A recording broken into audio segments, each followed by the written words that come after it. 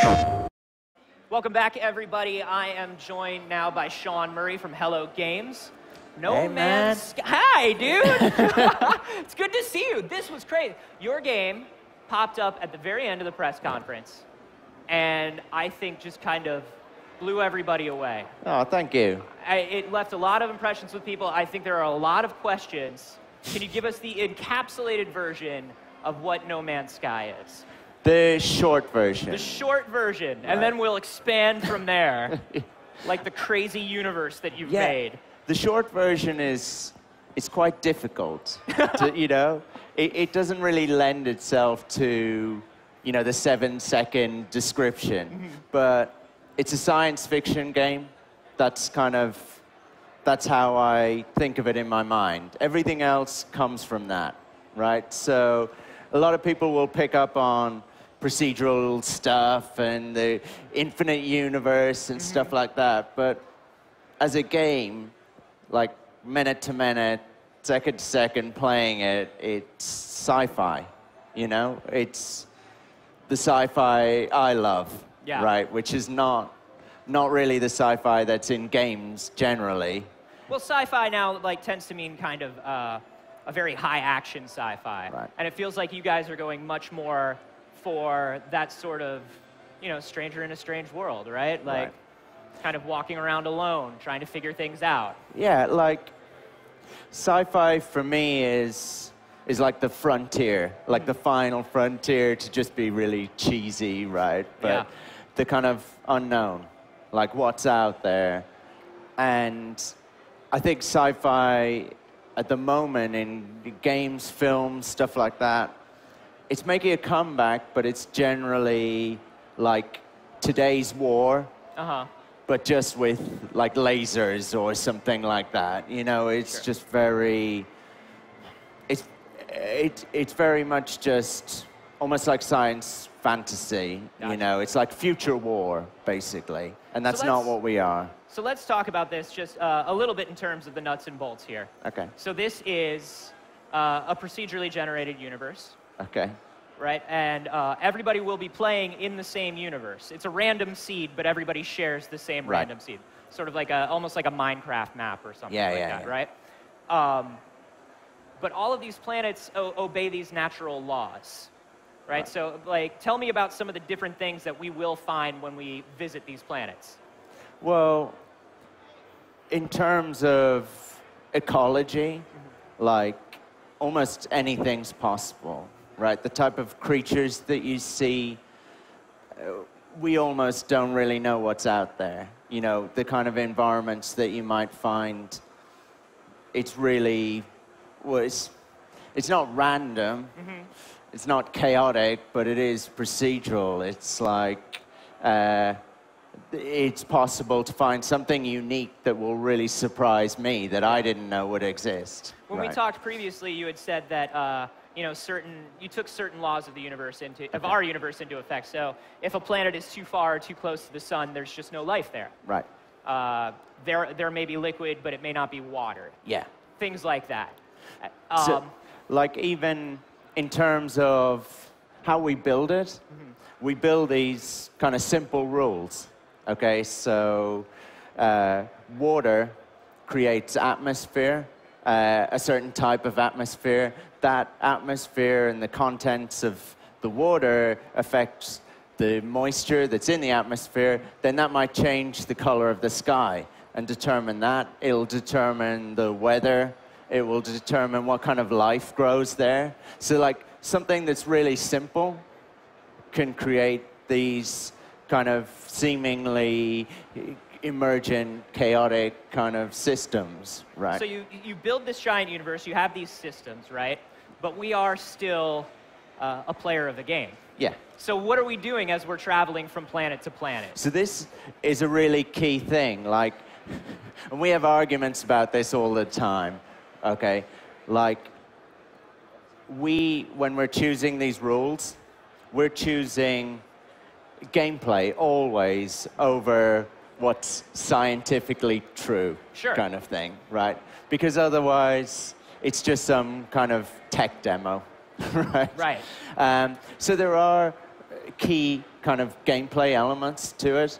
Something that we showed, or at least tried to show at E3 last night, was that this isn't an ambient universe. This isn't something you just wander around and look at trees and to kind of breathe it in. Yeah. There is danger everywhere. So the creatures are dangerous, the ecology. But more than that, in space, there are friends, you know, like the wingmen who fly beside you. There are enemies who are attacking those freighters. But in terms of gameplay systems, this is a universe, and you make your own gameplay within that, right? So those freighters, I could have started attacking them, and I would have gotten a reward for, you know, blowing one of them up. I also would have gotten a reward for destroying all the attackers, right? And that would be effectively a monetary reward, which will help me upgrade my ship or upgrade my weapon or my suit. And that's kind of a core game loop, but nobody is telling you, you know, on a planet, you don't find a guy who's just like, there will be some freighters here, go and protect them, and I will give you 5 gold. Yeah. We like abhor the idea of that. We don't like the idea of levels, of scripted sequences, of quests, of, you know, I have lost my 5 pieces of amulet and my 3 space chickens or whatever. Go kill 5 dinosaurs. Yeah. But you could kill a dinosaur. But you could, and you could kill 5 dinosaurs. That's great. I would love to. So these wingmen that we see, everybody's sharing a common seed, everybody's sharing a common universe. Are these wingmen other players? How much interaction is there with other people playing No Man's Sky? Those were AI, those wingmen. But you could encounter other players. The reality is, the likelihood of that is tiny, basically. What we're dealing with is planet-sized planets. You know, so even just one planet, if 1 million of us played, we would still be really far apart, right? So scale that up to a universe, it's actually really unlikely that you and I are going to meet.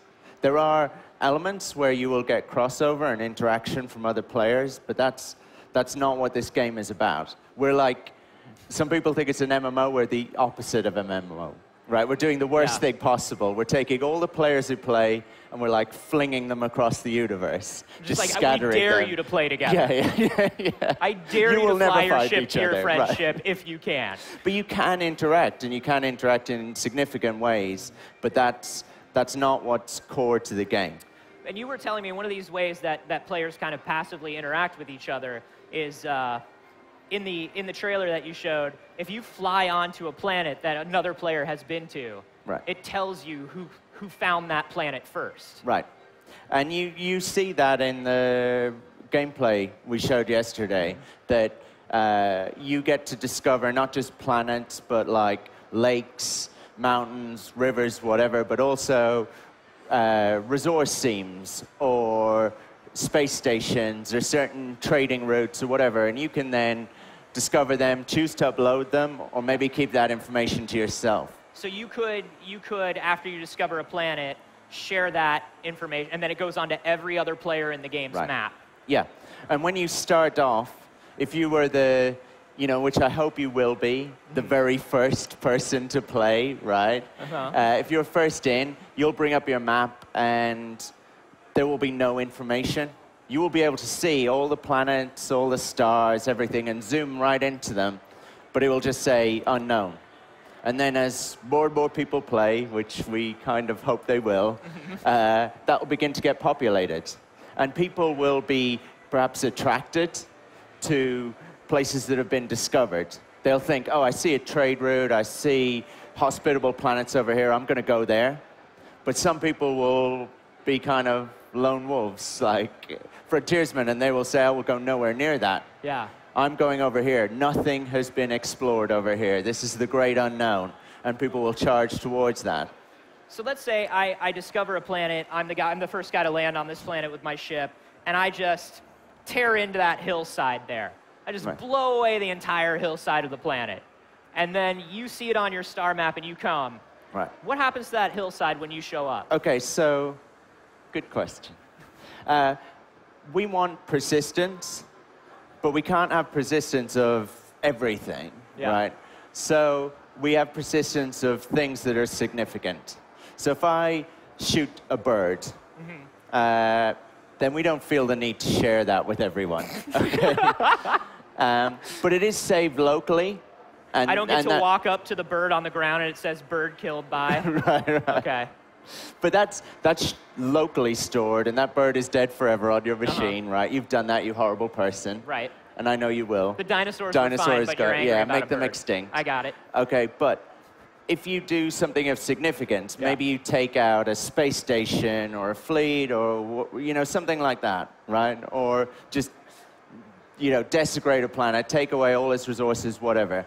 Then we might think that's significant and we might share that. And then that would be the same for everyone. I could just fly around trolling people on literally a universal scale.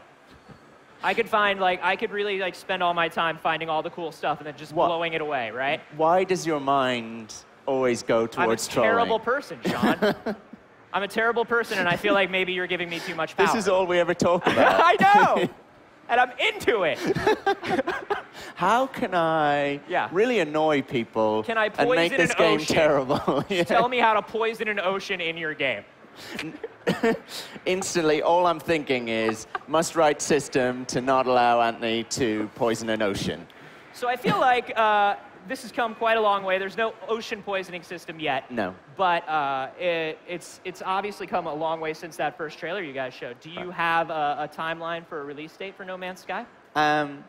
We do, but we haven't shared it yet.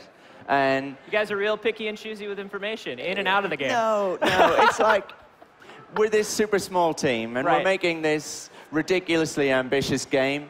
And all we're going to do if we tell people when it's out is probably disappoint them. So when we know for sure, then we will announce it. And until then, we'll keep our stupid mouths shut. And if people want to keep up with the game, where can they go? I guess they can follow me on Twitter, Anthony. I hardly ever say anything. I saw you join Twitter. I was very proud of you. That's just at No Man's Sky, yeah? Yeah, right. They can go to our website, whatever, nomanssky.com.